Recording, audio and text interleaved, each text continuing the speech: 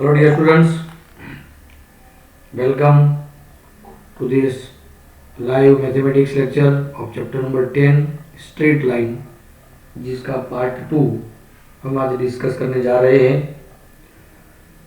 दोस्तों, एक्सरसाइज 11.1 हम डिस्कस कर रहे थे।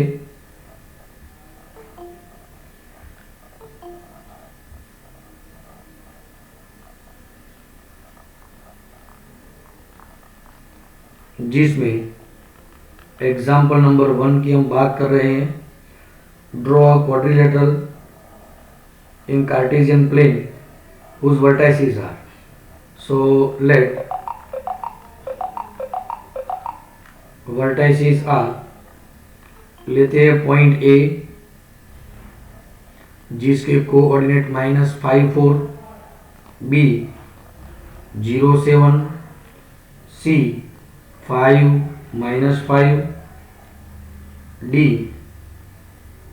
-4 -2 आर गिवन। हमें इस क्वाड्रिलेटरल का एरिया चाहिए, लेकिन प्रेजेंटेशन करना होगा कि किस तरह का ये क्वाड्रिलेटरल यहाँ पर हो सकता है। तो for rough diagram in Cartesian coordinate system, point 1 देखिए, एक्स एक्सिस मैक्सिमम 7 तक है, मिनिमम -5 तक, y एक्सिस मैक्सिमम 5 तक, मिनिमम -2 तक है। 1 2 3 y एक्सिस की बात है, 7 मैक्सिमम y एक्सिस। तो यहाँ पर देखिए 1 2 3 4 5 6 7 तक और मिनिमम -5 तक है। सो -1 -2 -3 -4 एंड -5। एक्स एक्सिस मैक्सिमम 5 तक है, 3 4 एंड 5, एंड नेगेटिव साइड पर 1 2 3 -4 यहाँ तक एक्स एक्सिस y एक्सिस। पहला जो पॉइंट है -4, 5, -4 यहाँ पर, 5 यहाँ पर, 0 7 पॉइंट भी यहाँ पर होगा। ये 5 7 6 और 5 और -4 यहाँ होगा। So consider this is the point A, this is the point B, point C X coordinate 5, y coordinate -5, point C is here, and point D, both are negative present in third quadrant, -4 and -2 यहाँ पर होगा ये point D। इनको जब जोड़ देते हैं इन सभी पॉइंट्स को, देखिए दोस्तों,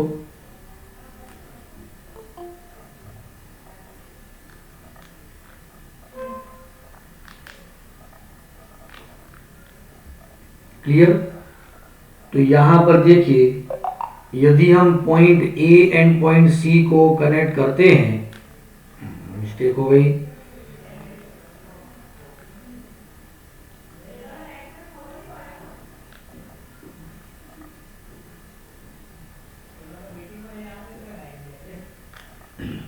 पॉइंट ए एंड सी को जोड़ते हैं, तो here we have two triangles,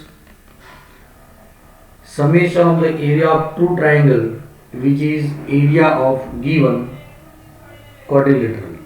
चलिए, क्लियर, एकदम से क्लियर दोस्तों। तो सबसे पहले हमारे पास में 3 पॉइंट्स है A B C.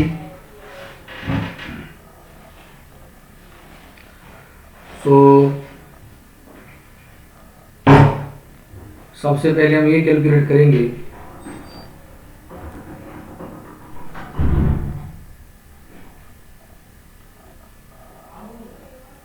Area of triangle ABC is equal to delta 1 कहेंगे। ठीक है, डेल्टा 1 के लिए फॉर्मूला क्या है? तो देखिए दोस्तों, 1/2 इंटू, फॉर्मूला तुम्हें पता ही है। सबसे पहले लेना है x1, तो यहाँ पर होगा क्या, y2 माइनस y3, प्लस लेते हैं x2 तो क्या होगा y3 माइनस y1 प्लस लेते हैं x3 तो क्या होगा y1 माइनस y3 1/2 इंटू, अब ध्यान दीजिए दोस्तों x1 क्या a b एंड c को फोकस करें तो इसे हम कहेंगे x1 y1, इसे हम कहेंगे x2 y2, इसे हम कहेंगे x3 y3। ध्यान दीजिएगा दोस्तों। चलिए अब x1 यहां पर है, x1 means -4, so -4 into y2 minus y3, y2 7, y3 5, 7 minus -5 which is 12 plus x2 means 0, उसके साथ में जो भी होगा सब कुछ 0। What is x3? x3 is equal to 5 into y1 is 5 and y3 is -5, 5 minus minus plus 5 which is 10।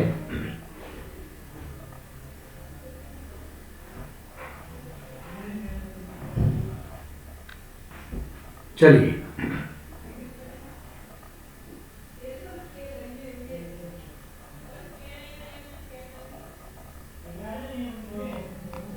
1/2 into -48 plus 50।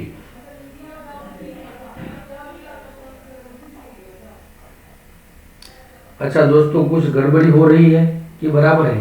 हाँ, यहाँ पर आना चाहिए y2, है ना? हाँ, ये गड़बड़ी हो रही है। तो 5 माइनस 7, तो ये वैल्यू होगी -2। यहाँ पर ये वैल्यू थोड़ी सी चेंज होगी, -2, और ये वैल्यू है -10 which is 58 divide by 2 and that is 29। तो डेल्टा 1 जो हमें मिला है वो है 29। अब हम लेंगे ए सी डी का area, area of triangle A C D is equal to delta 2 is equal to 1/2। Apply the same formula x1 into y2 minus y3 plus x2 into y3 minus y1 plus x3 into y1 minus y2, ये होगी formula. अब यहाँ पर ध्यान दीजिए दोस्तों, हमें करना क्या है? करना ये है कि ए सी डी में इसे x1 y1 कंसिडर किया है, इसे x3 y3 कंसिडर किया है, तो हम इसे x2 y2 कंसिडर करेंगे। लेकिन हम फिर से लिखेंगे क्योंकि लिखने में बहुत दिक्कत आ जाएगी। यहाँ पर एक ही साइड होना चाहिए सब कुछ। तो देखिए पॉइंट ए जो है -4 -5, अब पॉइंट डी लेना है -4 -2, बी की जगह पे स्थापित किया उसे, एंड 5 -5। चलिए सबसे पहले होगा x1, x1 का मतलब क्या? तो -4 into y2 minus y3, y2 minus y3 -2 minus minus plus 5 मतलब होगा 5, तो ये वैल्यू हो जाएगी 3 plus x2 is equal to -4, ये x2 है -4 इंटू y3 का मतलब होगा -5, y1 होगा 5, तो ये वैल्यू होगी -10। चलिए क्लियर। फिर वैल्यू किसकी है? Plus x3 which is 5 into y1 5 है, y2 2, 5 माइनस माइनस 2 मतलब ये वैल्यू होगी 7। सो 1/2, 4 3 जा 12 प्लस 40 प्लस 35, तो वैल्यू होगी 63 divide by 2। Therefore required area is equal to delta 1 plus delta 2, 29 plus 63/2। LCM ले सकते हैं, 2 यहाँ पर मल्टीप्लाई करेंगे, वैल्यू मिलेगी 121 डिवाइड बाई 2 स्क्वायर यूनिट, है ना? तो भाई इस तरह से हम एरिया, क्वाड्रिलेटरल का एरिया हम फाइंड कर सकते हैं। दोस्तों क्या आप समझ रहे हैं? Very good. चलिए एग्जाम्पल नंबर 2 के बारे में हम डिस्कस करने जा रहे हैं।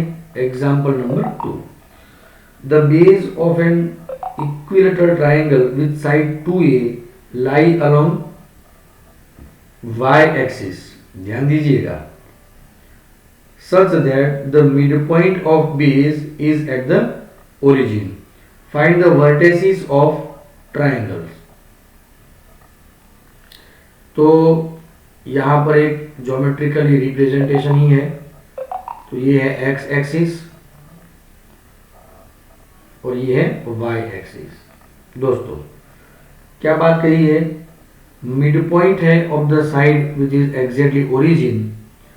तो मान लीजिए this is the base A B and length of A B 2a, it means distance OA is equal to A as well as OB also A, and both the points are lying on axis.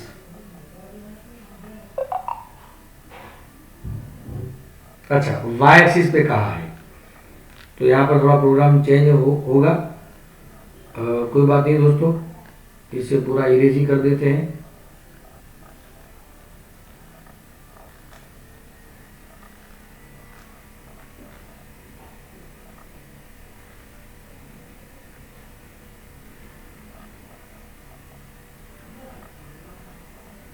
बराबर,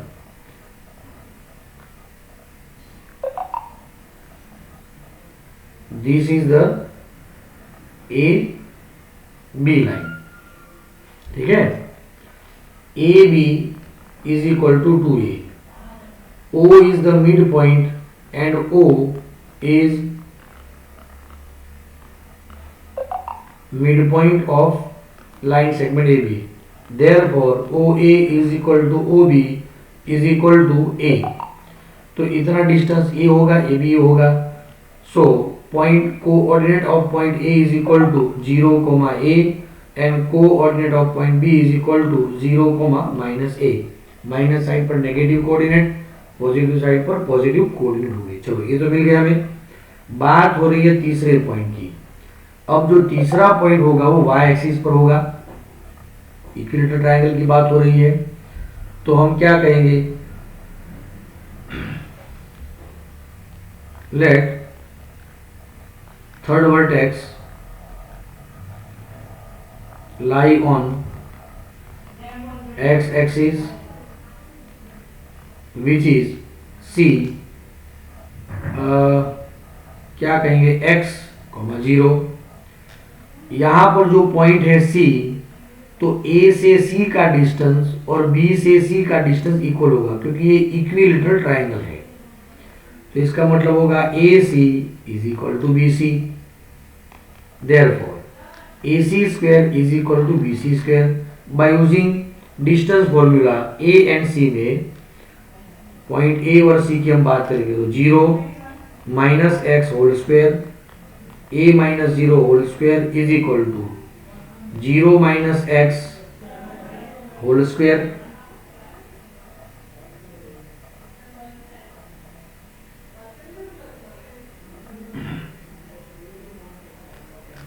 हाँ, उससे तो कुछ होगा नहीं, लेकिन is equal to हम A B कह सकते हैं, तो ये साइड पूरी भी सेम होगी तो बेहतर रहेगा। इज इक्वल टू, तो हम क्या करेंगे, यहाँ पर सिर्फ इन दोनों को लेंगे, क्योंकि ये बात तो सेम ही रहेगी, हमें सेम पॉइंट मिलेगा। यहाँ पर हम ए बी स्क्वायर को लेंगे, ये आसानी रहेगी, ए बी स्क्वायर, क्योंकि तीनों में से किसी दो को हम कंपेयर कर सकते हैं। चलिए, ए बी स्क्वायर मतलब 2a होल स्क्वायर रहेगा ये, therefore x square plus a square is equal to 4a square। so x square is equal to 3a square, x is equal to plus or minus root 3a।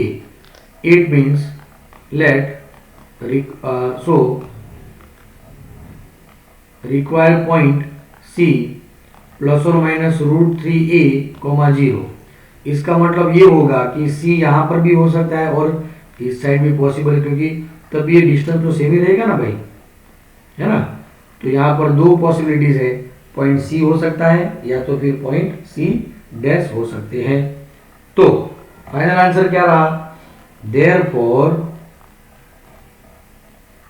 vertices of triangle ABC are A 0, A, B 0 minus A, C √3A, 0 और क्या होगा 0A 0 minus A and minus √3A, 0 ये हो सकते हैं। चलिए दोस्तों एकदम से क्लियर। नाउ एग्जाम्पल हम 3 की बात करें। Find the distance between point P and Q when PQ is parallel to the y axis.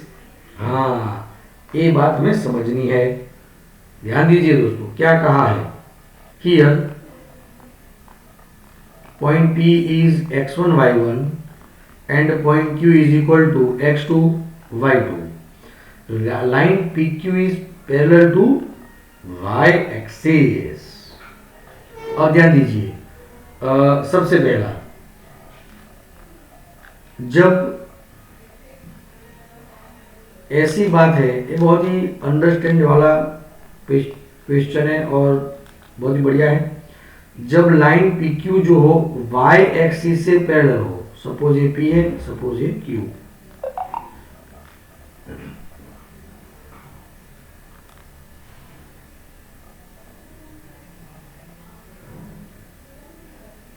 उस वक्त ये वर्टिकल लाइन कही जाएगी।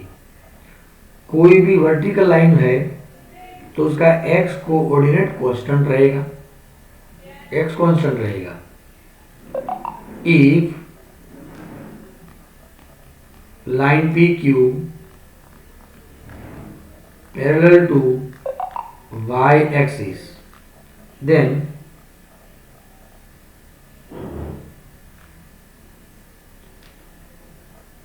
x1 is equal to x2 both are same.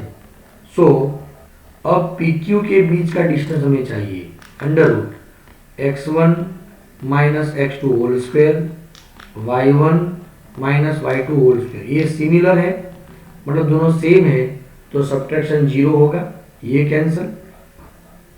Under root y1 minus y2 whole square. अब देखिए दोस्तों distance always भी positive. जब हम स्क्वायर रूट लेंगे तो मैं उस स्क्वायर रूट लेने से पहले हमें ये जानना होगा कि इन दोनों में से ग्रेटर कौन है। यदि हम तय नहीं कर पा रहे हैं कि y1 ग्रेटर है कि y2 तो हम लिखेंगे मॉड्यूलस y1 माइनस y2। यदि y2 ग्रेटर होता तो y2 माइनस y1 लिखते, यदि y1 ग्रेटर है तो y1 माइनस y2 लिखते, लेकिन वी डोंट नो तो लिखना है modulus. So distance is modulus y1 minus y2। यदि आप ये भी लिखे y2 माइनस y1 तब भी चलेगा क्योंकि मॉड्यूलस है ना, लेकिन बिना मॉड्यूलस से लिखना है तो जानना होगा कि दोनों में से ग्रेटर वैल्यू कौन है। चलिए अब दूसरी बात क्या कही है, if PQ is parallel to the x axis. जब PQ x एक्सिस से पैरेलल हो तो क्या होगा y कोऑर्डिनेट सेम होगा। अब आप समझ गए है ना। तो सेकंड पॉइंट है डू योरसेल्फ, आप खुद प्रैक्टिस करें है ना, करेंगे ना दोस्तों। चलिए बात आगे बढ़ाते हैं। Example number 4, find the point on x axis. Let any point on x axis a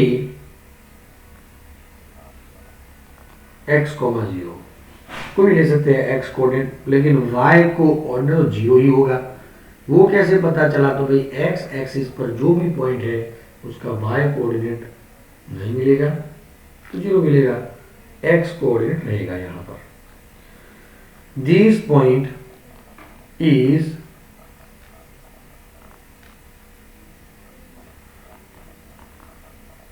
equidistant from point P 7, 6 and Q 3, 4। अभी प्रीवियस क्वेश्चन में हम डिस्कस किया वैसा ही। So AP is equal to AQ, therefore AP square is equal to AQ square. By using distance formula x minus 7 whole square plus 6 square is equal to x minus 3 whole square plus 4 square x square minus 14x plus 49 plus 36। क्या आप समझ रहे हैं दोस्तों?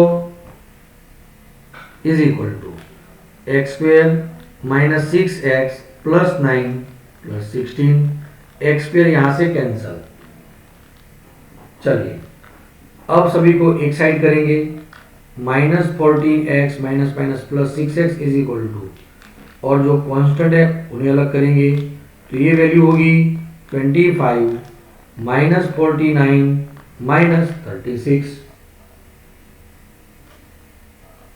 सो minus 8x is equal to minus 60, therefore x is equal to 60 upon 8। तो answer रहेगा 15 upon 2। Therefore required point is 15/2, 0। क्या आप जानते हैं दोस्तों? मतलब समझ रहे हैं? Very good. तो इस तरीके से हमें इस क्वेश्चन को सुलझाना था। गुड, आगे बढ़ते हैं दोस्तों एग्जाम्पल नंबर 5 पर। Find the slope of line which is passing through origin and midpoint of the line segment। देखिए दोस्तों, एक बात तो तय है कि हमें स्लोप चाहिए, तो पहले ये सोचना होगा कि हमारे पास में स्लोप के लिए इक्वेशन क्या है। तो दो इक्वेशन है, तो slope is equal to tan theta या y2 minus y1 upon x2 minus x1, ये फॉर्मूला है। एंगल तो यहाँ पर दिया नहीं है तो हम इस फॉर्मूला को यूज नहीं करेंगे, तो बचा यही फॉर्मूला। चलिए, लेकिन ये फॉर्मूला यूज करने से पहले हमें ये तो पता होना चाहिए ना भाई कि y1 y2 क्या है, x1 x2 वो क्या है। तो सबसे पहले ये जो है वो पॉइंट्स है जो इस लाइन पर है, तो पहले तो हमें वो पॉइंट्स फाइंड करने होंगे। एक पॉइंट तो पता चली गया, ओरिजिन है, लेकिन दूसरा पॉइंट, तो सबसे पहले here point A, point P 0 minus 4, point B 8, 0। Now mid point of P B, अच्छा पी होगा, ये होगा, जो भी है हम ये ले लेते चलेगा, is equal to 0 plus 8/2 minus 4 plus 0/2, 8/2 4 minus 4/2 -2। इसे हम कोई नाम दे देते हैं, क्यों नाम देंगे, एंड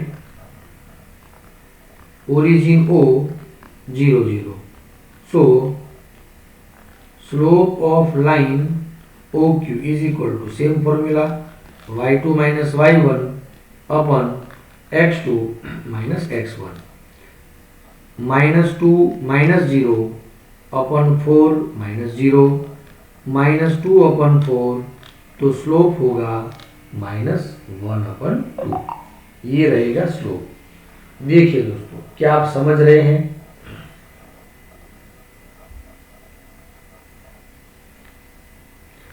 एग्जाम्पल नंबर 6 मैं चाहता हूं आप खुद प्रैक्टिस करें, डू योर सेल्फ।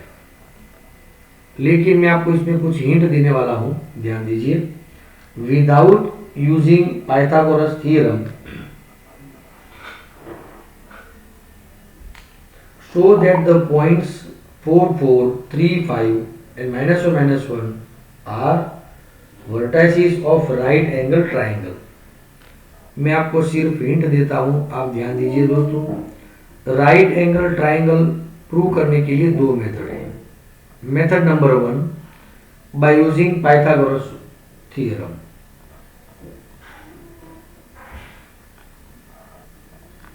लेकिन ये हमें यूज नहीं करना है क्योंकि मना किया है क्वेश्चन में। तो दूसरी बात, इस चैप्टर में आप देखिए स्लोप्स तो हम जान चुके हैं, तो हमारे पास में देखिए 3 पॉइंट्स है, तो हम ये स्लोप फाइंड करेंगे, ये स्लोप फाइंड करेंगे और ये स्लोप फाइंड करेंगे। सबसे पहले इनमें से कोई भी स्लोप इक्वल नहीं होगा, पहली बात। दूसरी बात, स्लोप इक्वल नहीं होगा और उनमें से कोई दो लाइन के जो स्लोप्स होंगे उनका प्रोडक्ट होगा एग्जैक्ट -1।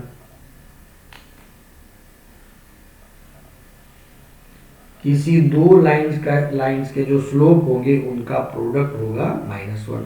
मतलब दो लाइंस कंप्लीटली परपेंडिकुलर तो तय हो चुका। क्या आप समझ रहे हैं? बस तो पता चल ही जाता है। देयरफॉर ये तीनों जो वर्टेसिस है वो राइट एंगल ट्रायंगल के वर्टेसिस जैसा हमें मालूम हो जाएगा। दोस्तों क्लियर? बहुत ही बढ़िया, आप अच्छी तरह समझ जाते हैं, बहुत बढ़िया बात है। दोस्तों रिमेनिंग क्वेश्चन जो है वो example number 9। Without using distance formula show the points given are the vertices of parallelogram. ये भी मैं चाहता हूं कि आप खुद प्रैक्टिस करें, डू योरसेल्फ। लेकिन मैं चाहता हूं कि आपको हिंट दे दूं। ध्यान दीजिएगा दोस्तों।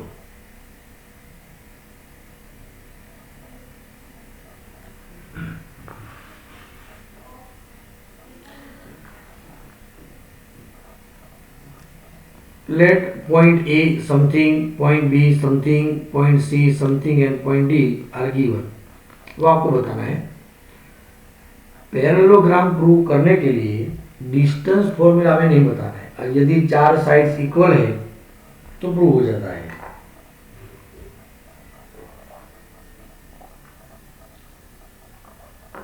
लेकिन दोस्तों हम ये तो नहीं करेंगे।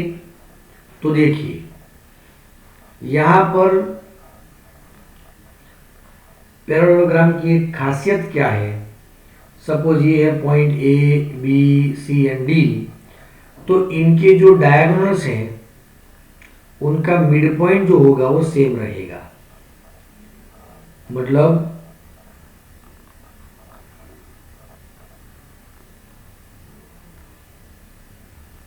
Diagonals are bisect each other. मतलब आप AC का मिड पॉइंट फाइंड करिएगा, BD का मिड पॉइंट फाइंड करिएगा। यदि ये दोनों मिड पॉइंट सेम है तो क्या प्रूव होगा भाई? तो पता चल ही जाएगा कि ये है पैरेललोग्राम। क्लियर? तो इसे आपको ही सॉल्व करना है। चलिए दोस्तों एग्जाम्पल नंबर 10 में आगे बढ़ते हैं। Find the angle between x axis and line joining.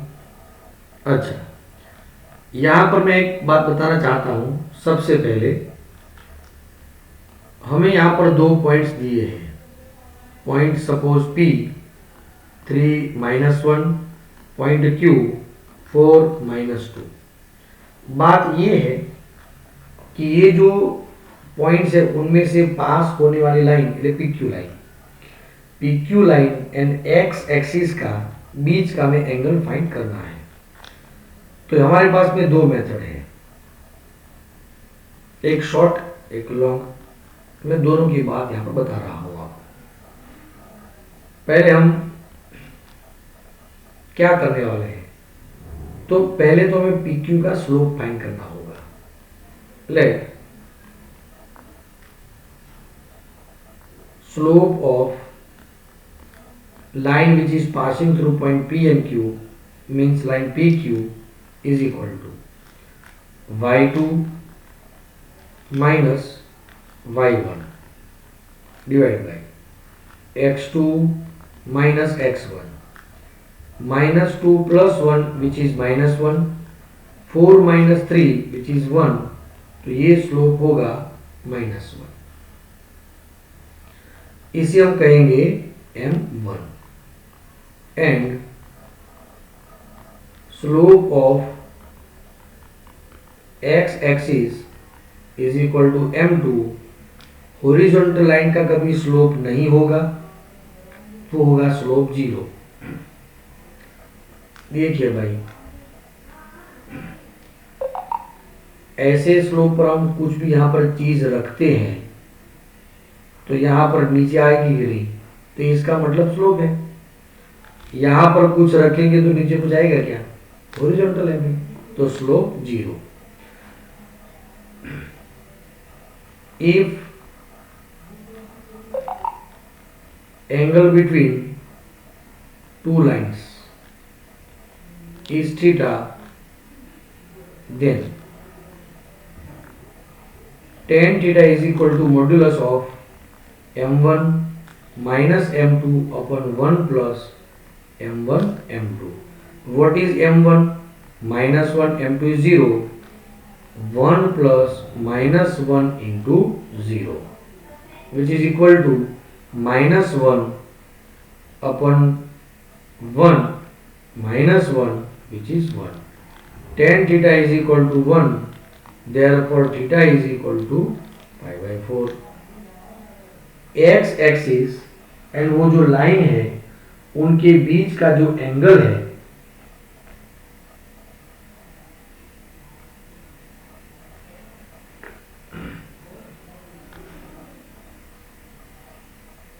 वो होगा पाई बाई 4। क्लियर। सेकेंड मेथड में आपको बता दूं दोस्तों, डायरेक्टली मैं बता देता हूं, m इज इक्वल टू हम लेंगे tan theta, -1 is equal to tan theta, तो थीटा इज इक्वल टू, यदि ये लाइन का स्लोप नेगेटिव है तो ये line makes obtuse angle with x axis. ठीक है, लाइन कुछ इस तरह की होगी, जो भी है।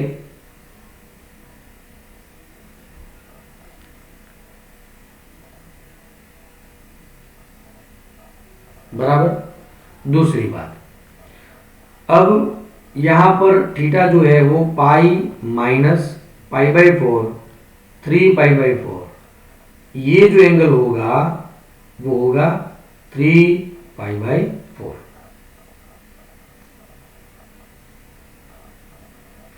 थ्री पाई बाई 4 का मतलब क्या होगा,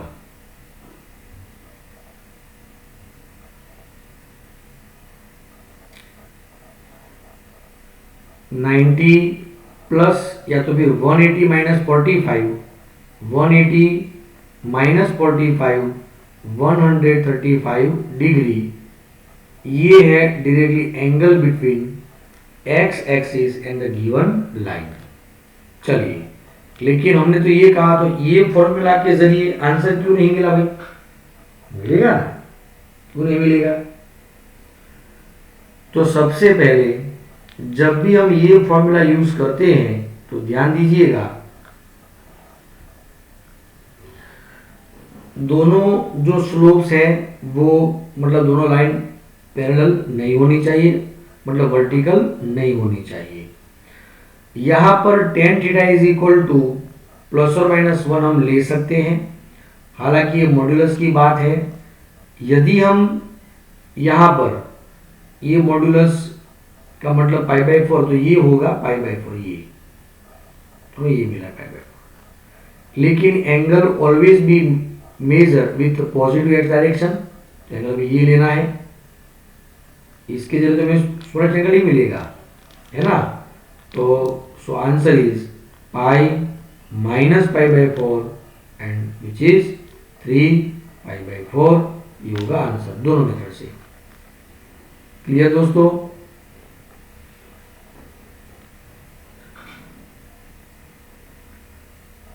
यदि अंदर का अननोन वैल्यू होता तो हम दो वैल्यू यहां पर प्लस और माइनस लेते, लेकिन हमें जो मिला एंगल ए मिला।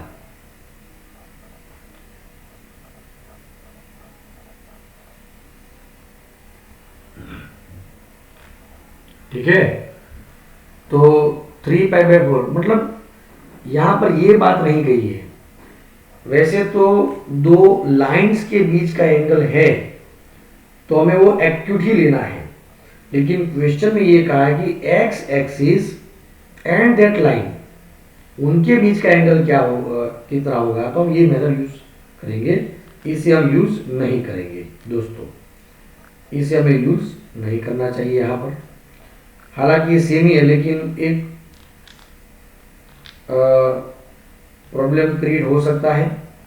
आप ये समझेंगे कि एक्यूट एंगल क्यों नहीं कंसीडर किया जा सकता भाई, है ना।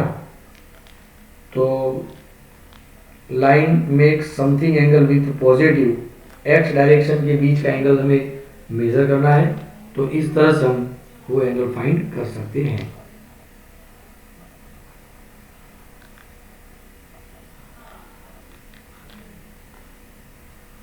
ठीक है, यही मेथड हम अप्लाई करेंगे कि m = tan थीटा, ये इस तरह से।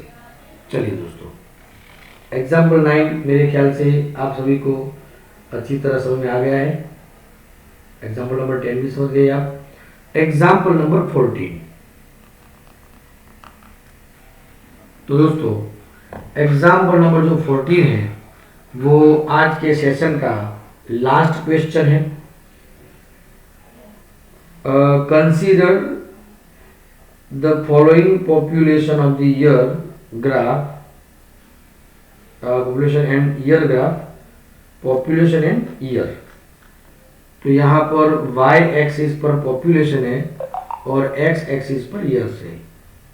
कौन से ईयर में कितनी पॉपुलेशन है वो दिया गया है यहाँ पर, और एक लाइन हमें यहाँ पर एक दी गई है।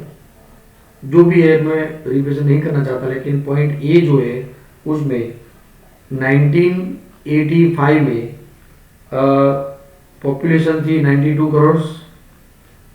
पॉइंट बी इज ईयर 1995 में वो क्वांटिटी है, मतलब पॉपुलेशन है 97 crore. Find the slope of the line A B using and, चलो यूजिंग इट, स्लोप फाइंड करना है। दूसरा, what will be the population in year 2010। ठीक है दोस्तों, तो late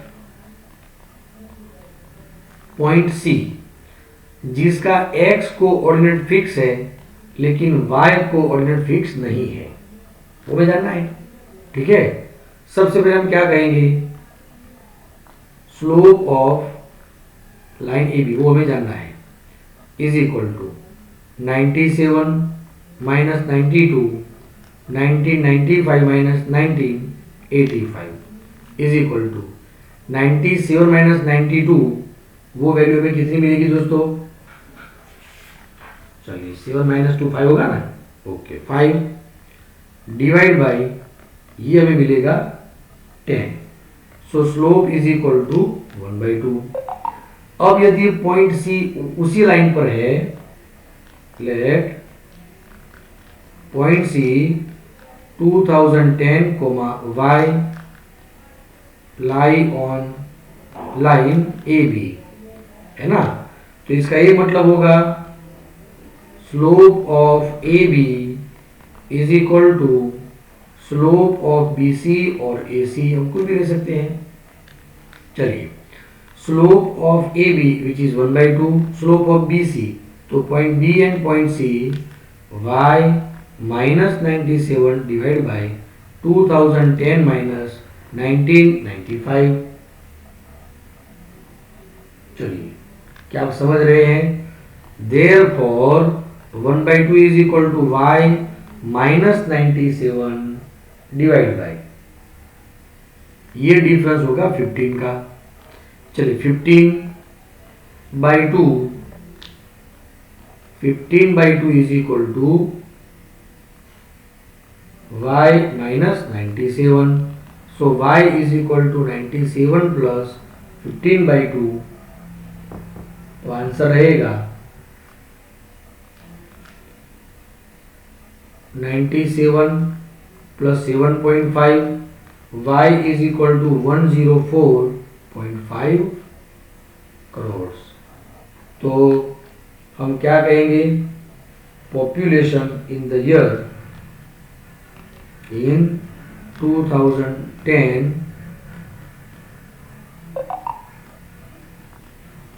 population will be 104.5 crore होगी।